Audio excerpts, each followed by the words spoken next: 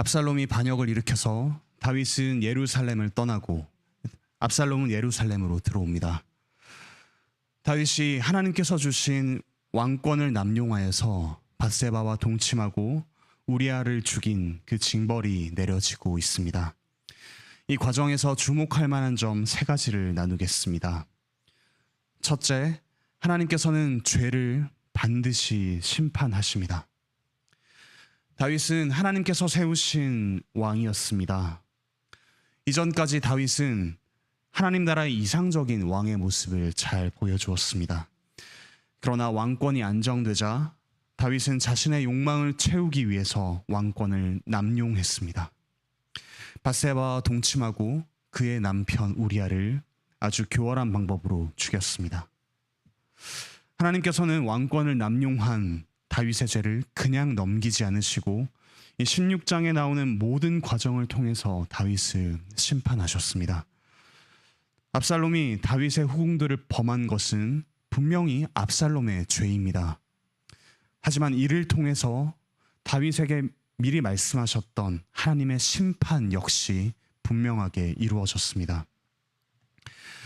우리에게도 하나님께서 주신 지위와 능력과 상황이 있습니다.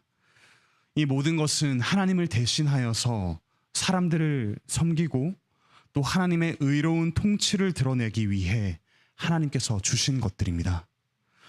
부모로서의 신분, 또 직장 상사, 동료, 부하로서의 지위가 있습니다. 하나님께서 주신 우리 나름의 성품과 능력이 또 경제력이 있습니다. 이를 가지고 이웃을 섬기기보다는 착취할 때, 또 하나님의 의로운 통치를 드러내기보다는 우리의 욕망을 이루고자 할 때 우리는 다윗과 같은 죄를 저지르고 있는 것입니다.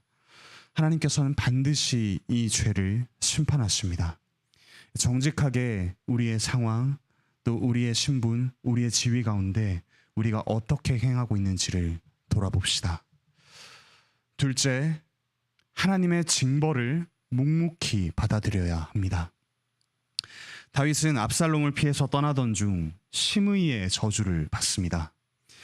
그런데 이 저주는 다윗의 입장에서는 상당히 억울할 만한 내용이 담겨 있습니다.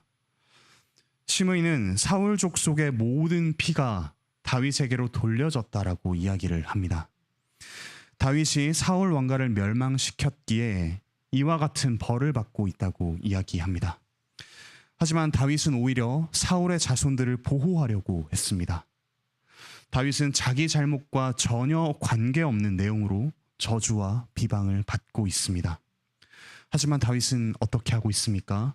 심의의 저주를 묵묵히 받아들이면서 10절, 11절에 나오는 내용처럼 이렇게 이야기합니다. 그가 저주하는 것은 여호와께서 그에게 다윗을 저주하라 하심이니 내 몸에서 난 아들도 내 생명을 해하려 하거든 하물며 이 베냐민 사람이랴 여호와께서 그에게 명령한 것이니 그가 저주하게 버려두라. 우리의 모습을 정직하게 돌아본 후에 회개하는 우리의 모습도 이와 같아야 합니다. 하나님 앞에 회개할 때 어떠한 상황과 또 사람들을 핑계대기가 참 쉽습니다.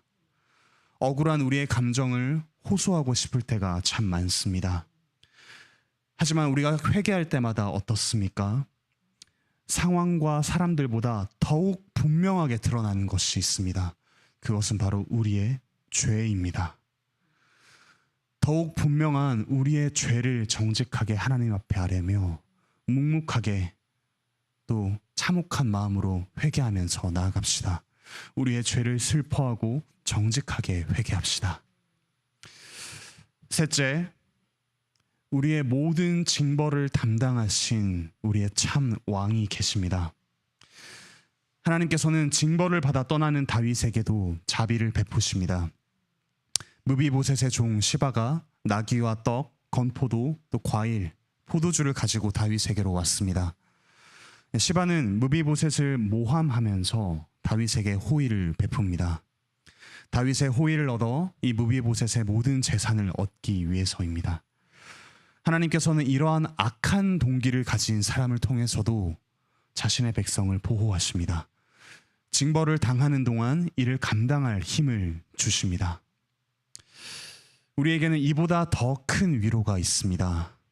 다윗은 자신의 죄로 인해서 징벌을 당했지만 우리의 참 왕이신 예수 그리스도께서는 아무런 죄도 없으신 분으로서 우리의 모든 죄를 지고 징벌을 당하셨습니다.